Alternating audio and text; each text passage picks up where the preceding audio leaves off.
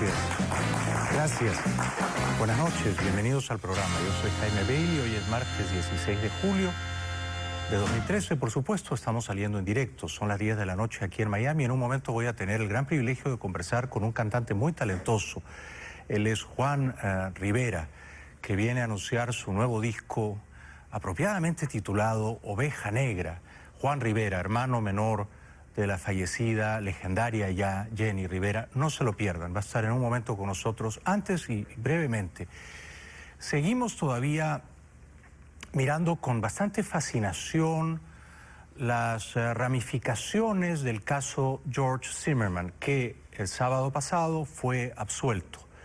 6 mujeres que integraban el jurado hallaron a Zimmerman no culpable.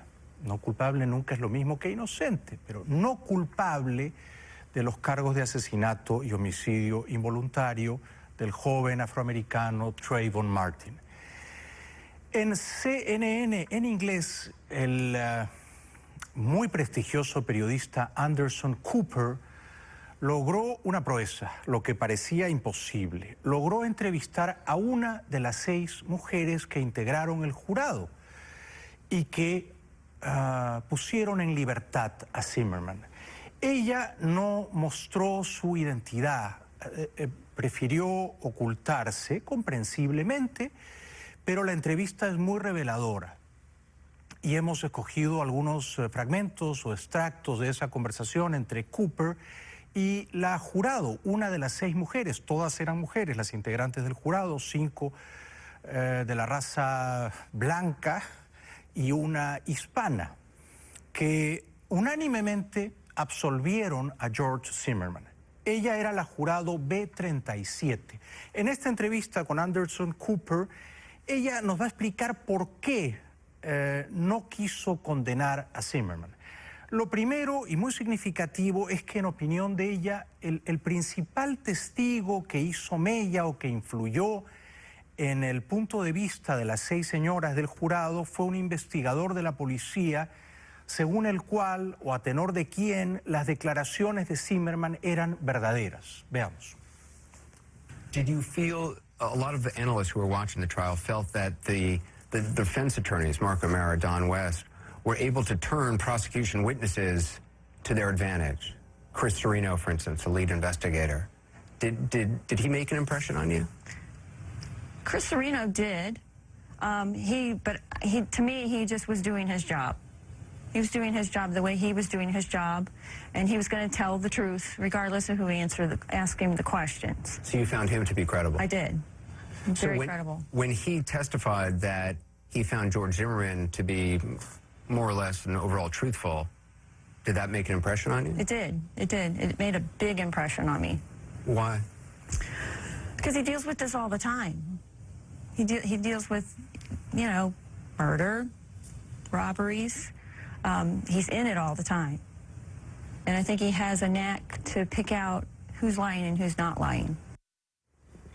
Interesante. En otro pasaje de la conversación con Anderson Cooper, ella, cuya identidad, cuyo nombre ignoramos y cuyo rostro desconocemos, dice, y no lo duda, lo dice con énfasis tranquilo, que la voz de quien pedía socorro, auxilio, aquella noche lluviosa de febrero del año pasado, en que murió Trayvon Martin, la voz, dice ella, era de Zimmerman.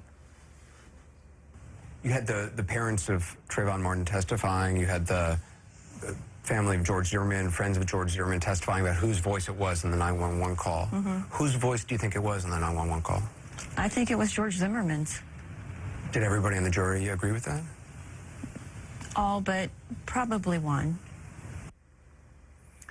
Bueno, esto es muy importante porque si 5 de las 6 mujeres del jurado creyeron que la voz de quien pedía desesperadamente, agónicamente ayuda era la de Zimmerman, entonces tenía lógica suponer lo que ellas supusieron, y es que a Zimmerman lo estaban agrediendo y que el joven que murió, Martin, era quien había agredido al vigilante particular Zimmerman. En el relato de la jurado, de ella, efectivamente, esa es la composición gráfica que ella hace, que Trayvon Martin agrede a Zimmerman y lo sujeta violentamente desde arriba y lo golpea contra el pavimento. And what made you think it was George Zimmerman's voice? Because of the evidence that he was the one that had gotten beaten. So you think because he was the one who had cuts, had abrasions, he was the one getting hit, he was the one calling for help? Well, because the witnesses of John Good saw Trayvon on top of George, not necessarily hitting him because it was so dark he couldn't see, but he saw blows down towards George. And he could tell that it was George Zimmerman on the bottom. He didn't know who it was, but he knew what they were wearing. De manera que ella, que además seguramente representa el punto de vista, la opinión de las 6 mujeres del jurado, decidieron creer que la voz de quien pedía socorro era de Zimmerman y decidieron creer que era Trayvon Martin quien estaba sujetándolo desde arriba y golpeándolo, lo que, en opinión de ella, justificó que Zimmerman, en legítima defensa, disparase contra Martin.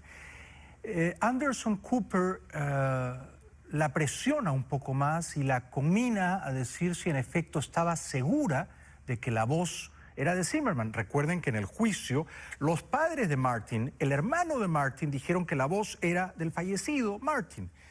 A su turno, la madre de Zimmerman dijo que la voz correspondía a Zimmerman, de manera que había una contradicción en los testimonios, pero ella dice que sí, que está segura que la voz era de Zimmerman.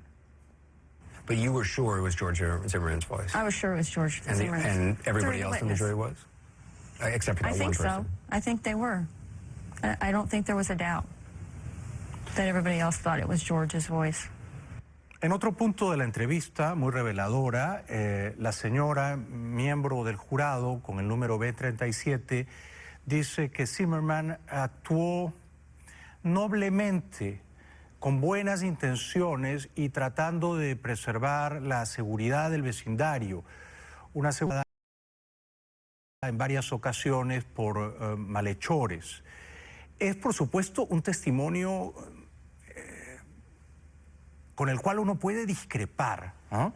Porque no olvidemos que la policía le dijo a Zimmerman, no te bajes del automóvil. Si él se hubiera quedado en el automóvil y no hubiera perseguido a Trayvon Martin, la policía habría llegado 10 o 15 minutos después y Martin, con toda seguridad, no estaría muerto hoy. Pero ella hace una defensa de la buena intención de Zimmerman. What did you think of George Zimmerman? I think George Zimmerman is a man whose heart was in the right place, but just got displaced by the vandalism in the neighborhoods and wanting to catch these people so badly that he went above and beyond what he really should have done. But I think his heart was in the right place. It just went terribly wrong. Efectivamente, fue terriblemente trágico, fatal el desenlace. Pudo haberse evitado. Resultó siendo una muerte innecesaria porque el muchacho no estaba agrediendo a nadie ni tenía intenciones criminales. No era un ladrón. Estaba paseando por el vecindario porque su padre estaba visitando a una amiga allí. De modo que si Zimmerman hubiera sido un poco más prudente y hubiera dejado que actuara la policía, esto no hubiera terminado en un baño de sangre. Y por eso Anderson Cooper atinadamente le plantea esta cuestión a la señora del jurado. Le dice, pero ¿por qué se bajó del auto? Si en la conversación telefónica le dicen no persiga al sospechoso. Do you think he's guilty of something? I think he's guilty of not using good judgment. When he was in the car and he had called 911, he shouldn't have gotten out of that car. But the 911 operator also, when he was talking to him, kind of egged him on. I don't know if it's their policy to tell them what to do, not to get out of the car, to stay in their car. But I think he should have said, stay in your car, not can you see where he's gone. Salvado ese escollo, claro, ella dice que él tendría que haberse quedado en el auto y en eso creo que es evidente, todos tendríamos que estar de acuerdo en que Zimmerman se propasó, desbordó su propia autoridad. Él no era la policía, era un vigilante voluntario, pero luego ella sí elige creer a la defensa, a Zimmerman, en el sentido de que a él lo atacaron, que Trayvon Martin toma la iniciativa y doblega, subordina físicamente al otro, que era más corpulento y más robusto, a Zimmerman, al punto que ella dice que es posible, aunque no demostrable, que Trayvon Martin en el forcejeo, en la refriega, en la golpiza, haya tratado de sacar el arma de Zimmerman. A mí esto me resulta poco creíble porque era de noche y caía una lluvia copiosa y el muchacho que murió no tenía cómo saber que Zimmerman estaba armado. Tendría que haberlo sabido si Zimmerman le hubiera mostrado el arma y le hubiera dicho deténgase, freeze o algo así, ¿verdad? Pero si no se la mostró el muchacho, ¿cómo podría haber tratado de sacarla? Es una cuestión debatible, ¿no? When George Zimmerman said that Trayvon Martin reached for his gun, though there was no DNA evidence, and the defense said, well, had testimony in, well, it could have got washed off in the rain or the like. Do you believe that Trayvon Martin reached for George Zimmerman's gun?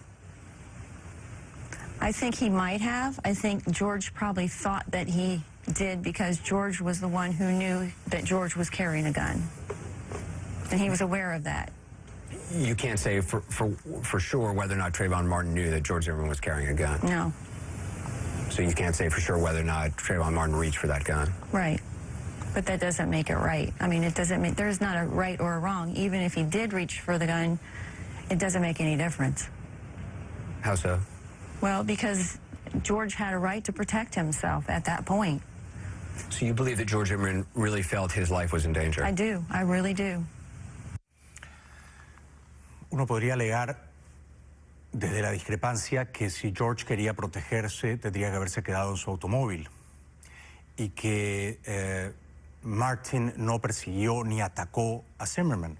Fue Zimmerman el que persiguió y en cierto modo emboscó o intimidó a Martin. Por otro lado, a mí me resulta absolutamente inverosímil que Martin, en medio de la espesura de la noche, pudiera distinguir que Zimmerman estaba armado. Probablemente si hubiera sabido que Zimmerman estaba armado, no lo habría golpeado, si en efecto lo golpeó.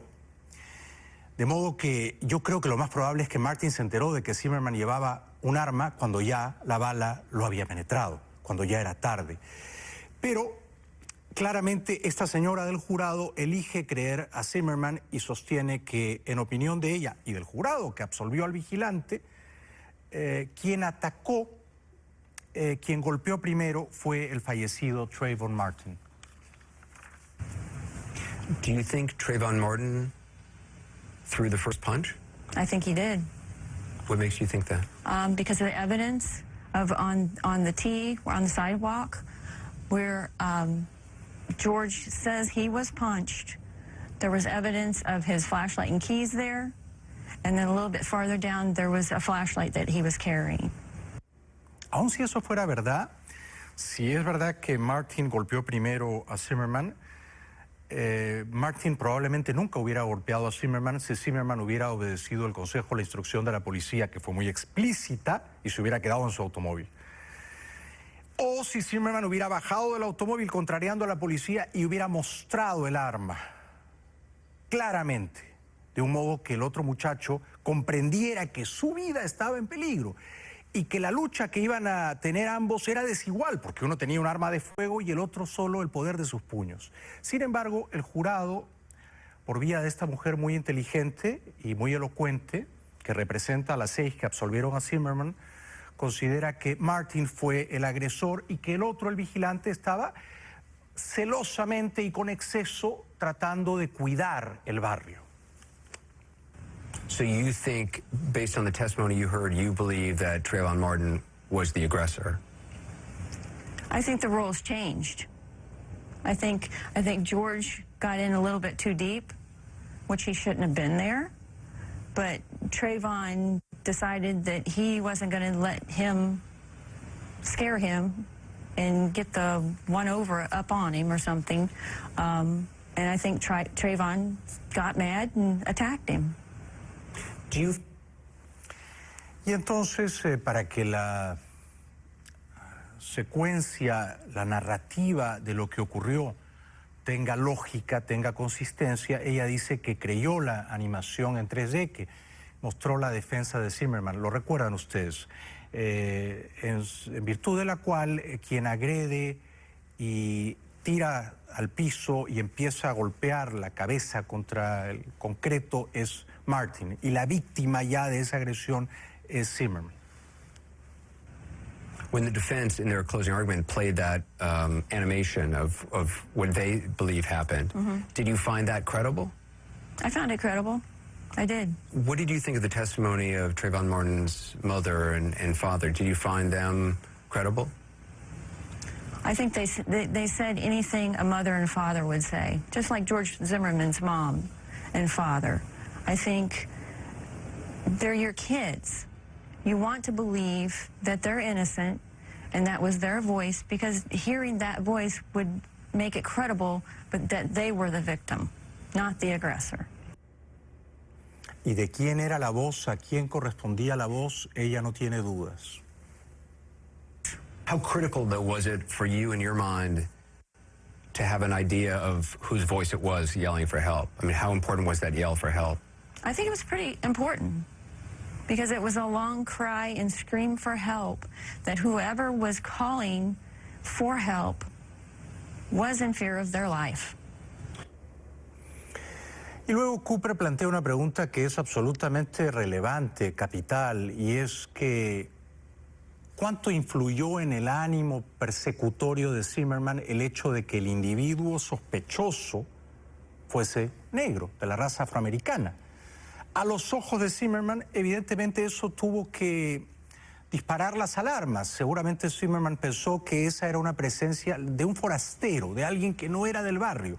Pero la señora del jurado dice que no, que ellas, las 6 integrantes del jurado, no consideran que hubo una predisposición negativa racial por parte de Zimmerman contra un individuo sospechoso de la raza negra en un complejo de casas más o menos exclusivo. Do you feel that George Zimmerman racially profiled Trayvon Martin? Do you think race played a role in his decision, his view of Trayvon Martin as suspicious? I don't think he did. I think just circumstances caused George to think that he might be a robber or trying to do something bad in the neighborhood because of all that had gone on previously. There were unbelievable a number of robberies in the neighborhood. So you don't believe race played a role in this case? I don't think it did. I think if there was another person, Spanish, white, Asian, if they came in the same situation where Trayvon was, I think George would have reacted the exact same way.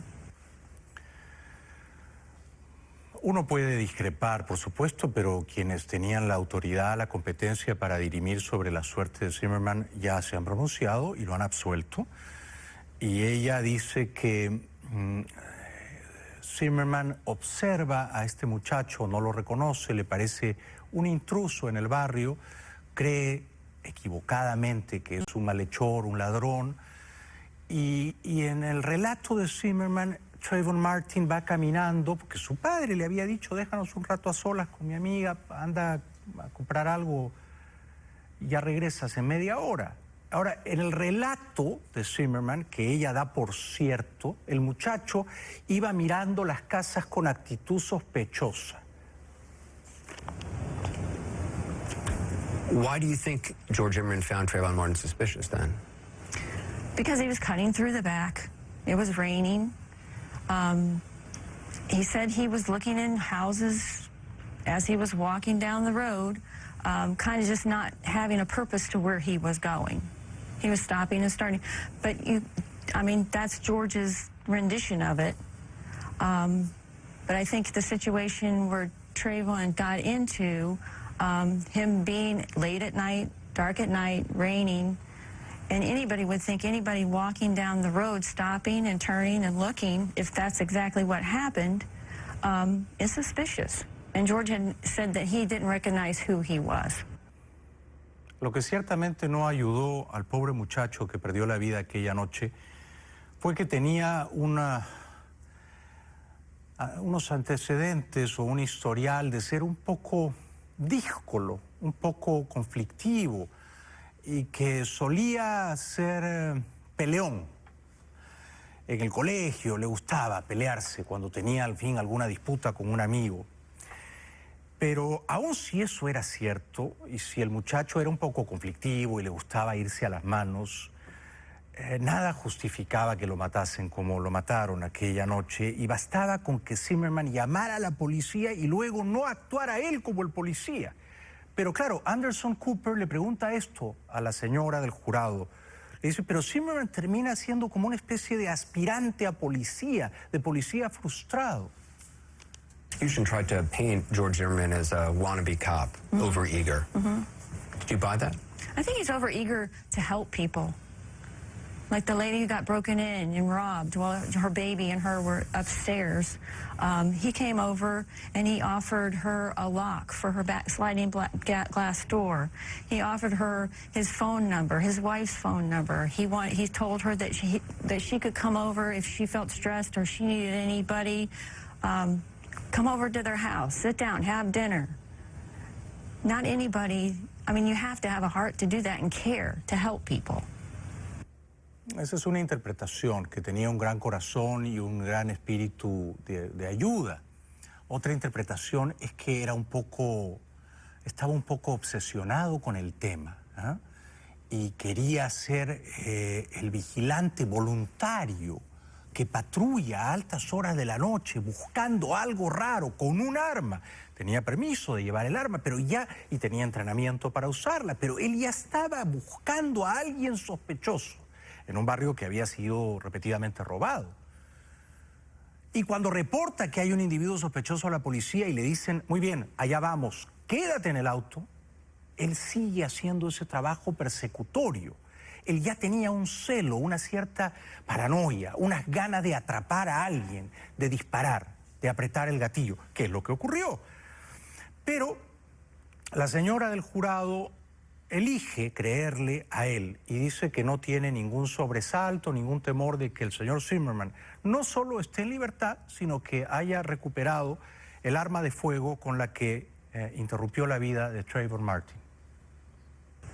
People have now remarked subsequently that he gets his gun back, and there are some people who said the idea that he can have a gun worries them. Does that worry you? That doesn't worry me. I think he'd be more responsible than anybody else on this planet right now. Muy bien, esa es la opinión, muy respetable. Este es un país libre y tenemos que aprender a convivir, a cohabitar, aun cuando discrepemos. Yo discrepo de las 6 señoras que absolvieron a Zimmerman. Yo creo que él actuó de una manera muy imprudente, muy temeraria, y que él provocó las circunstancias turbias en las que luego terminó matando a Trayvon Martin. Pero el jurado lo ha absuelto y era muy importante, me parece a mí, escuchar la opinión de una de esas personas que eligieron creer a Zimmerman y que de buena fe, sin ninguna duda, de buena fe, creyeron que quien agredió al otro fue Trayvon Martin. Tenemos que ir a la publicidad. Luego, y cambiando de tema, no se lo pierdan, viene a anunciar su nuevo disco Oveja Negra. Va a estar con nosotros un cantante muy talentoso y muy querido, Juan Rivera, hermano menor de la diva, que en paz descanse, Jenny Rivera. Regresamos con él después de la pausa.